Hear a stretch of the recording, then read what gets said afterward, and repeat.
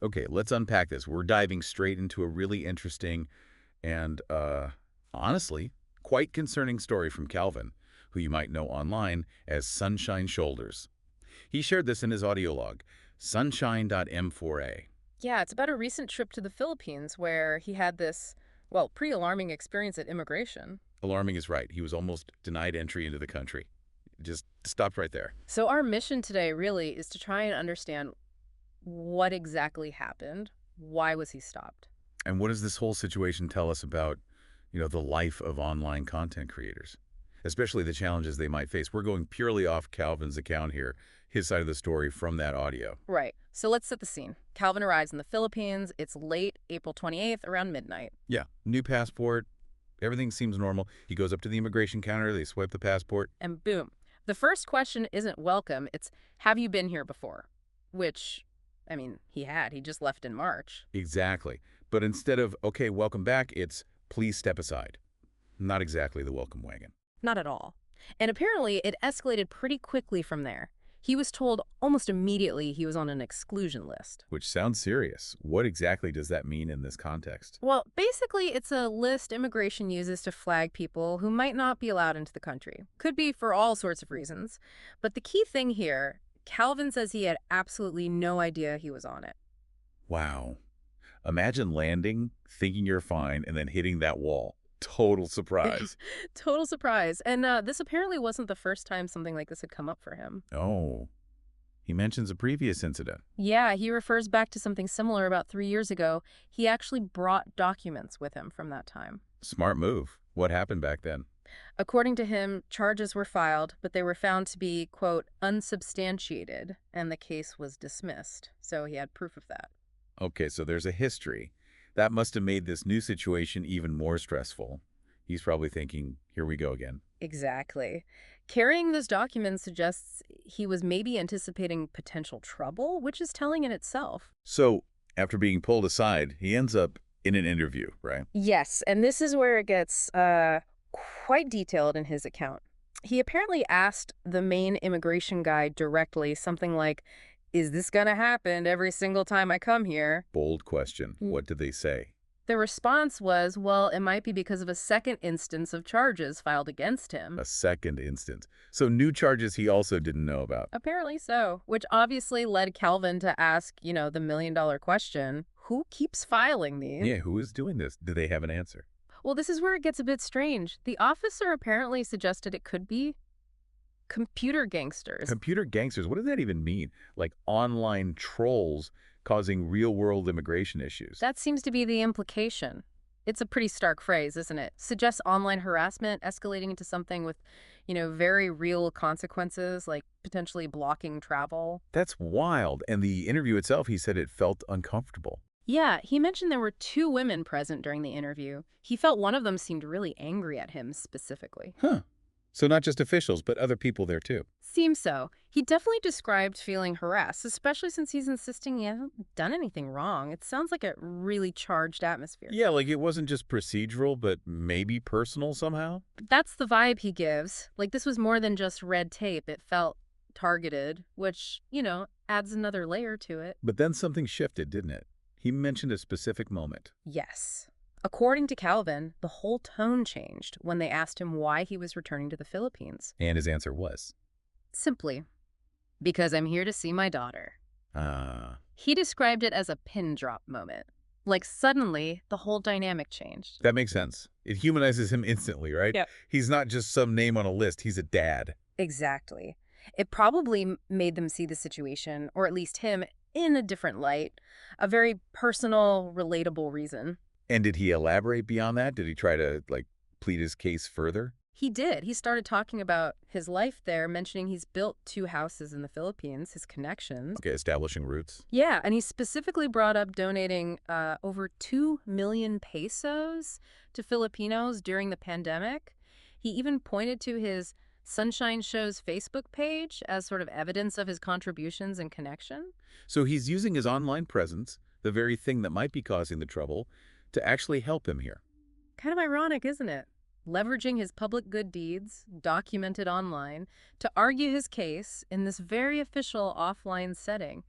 It shows how those lines blur. Did it work? Apparently, yes. He said after he shared all that, the vibe totally changed. They just took him to get his passport stamped. No more question. Wow. So, talking about his daughter and his contributions, that seemed to be the key. It seems that way. A quick resolution in the moment, which must have been a huge relief. But the underlying issue isn't gone, is it? He still doesn't know why this happened or who's behind it. Exactly. And Calvin is adamant that this is just a continuation of past harassment. He stresses there's zero evidence he's done anything wrong, like exploitation or trafficking or anything remotely justifying being on an exclusion list. Which brings him to this whole reflection about being a vlogger, right? He asks a pretty pointed question. He does. He basically asks, what is it about me? Why me compared to all the other vloggers out there? He even describes his own channel as pretty tame. Yeah, it's like he's genuinely puzzled why he's attracting this specific kind of, well, negative attention. It's a sentiment you hear sometimes from creators who feel unfairly targeted. They look around and think, my stuff isn't that controversial, so why the intense focus? He also had some strong words for viewers, didn't he? About engaging with negative content. Yeah, he made a point about people who watch what he calls trolling content. His argument is that by giving it views and engagement, they're basically empowering the harassers. That's a direct challenge to the audience's responsibility, Ah. saying your clicks have consequences. It is. It touches on that whole ecosystem of online negativity, how it's fueled, how it's amplified. And he's putting some of that responsibility back on the consumers of the content. And he doesn't stop there. He calls out the people he thinks are behind it. Oh, yeah. He basically dares them to confront him in person, face to face.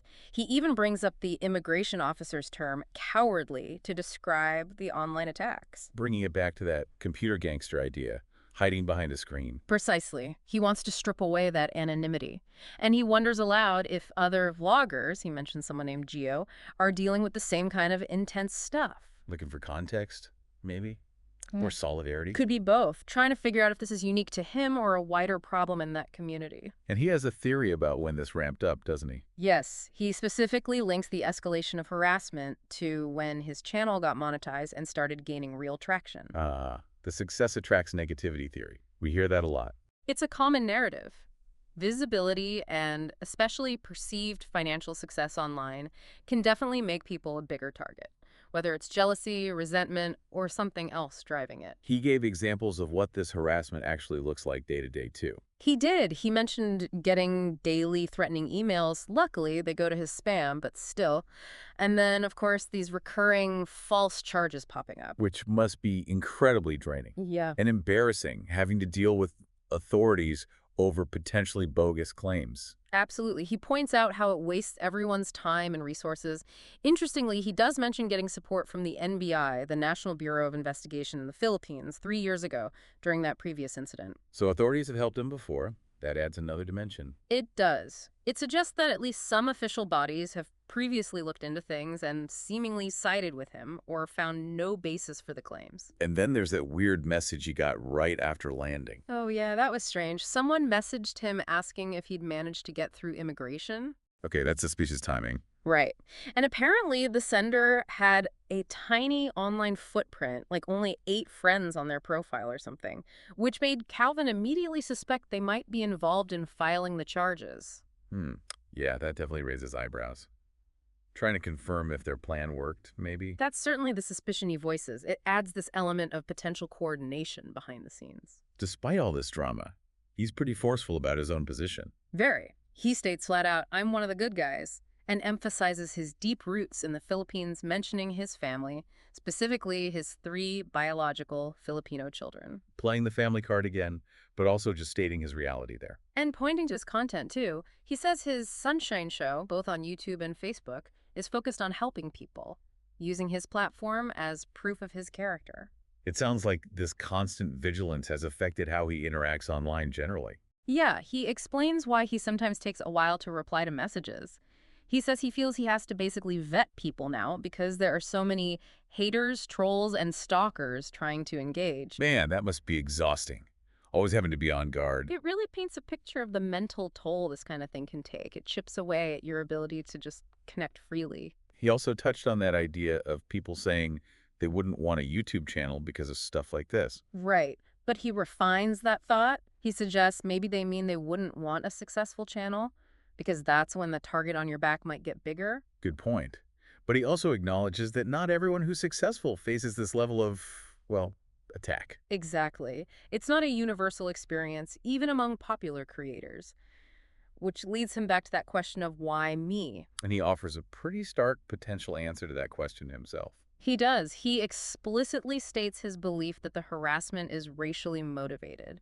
He claims nobody else experiences this quite like he does to the same degree.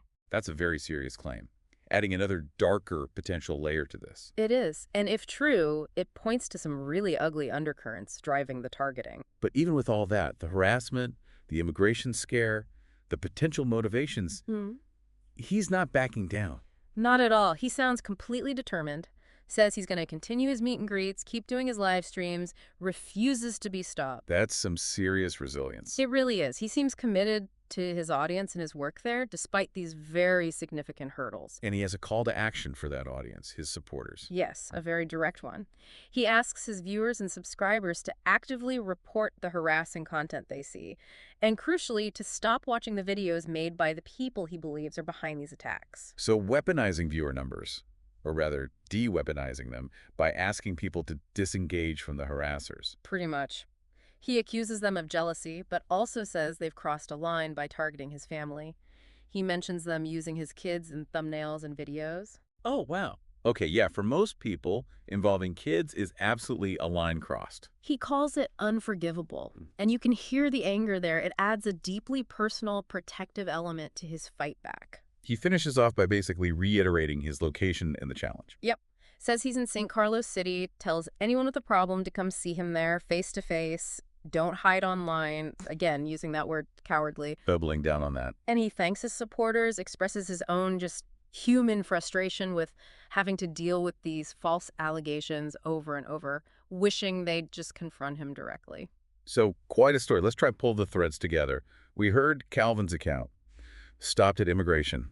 Past issues resurfacing, the interview, the turning point with his daughter, proving his ties, the resolution, but also his ongoing fight against what he sees as targeted harassment. Absolutely. And when you step back, what does this tell us? I think it really highlights the sometimes precarious position of online creators, especially those operating internationally or achieving a certain level of success. Precarious how? Well, it shows how online disputes, online negativity, maybe even just plain animosity, can spill over and have very real, tangible, offline consequences. We're talking potential travel bans, legal troubles, based on things originating online. Like the exclusion list drama. That wasn't just online comments, that was an official action. Exactly. It demonstrates the potential for online harassment to actually manipulate or interfere with formal systems like immigration or even legal processes. It's a complex, messy intersection. And it definitely makes you reflect on our own role as consumers of online content.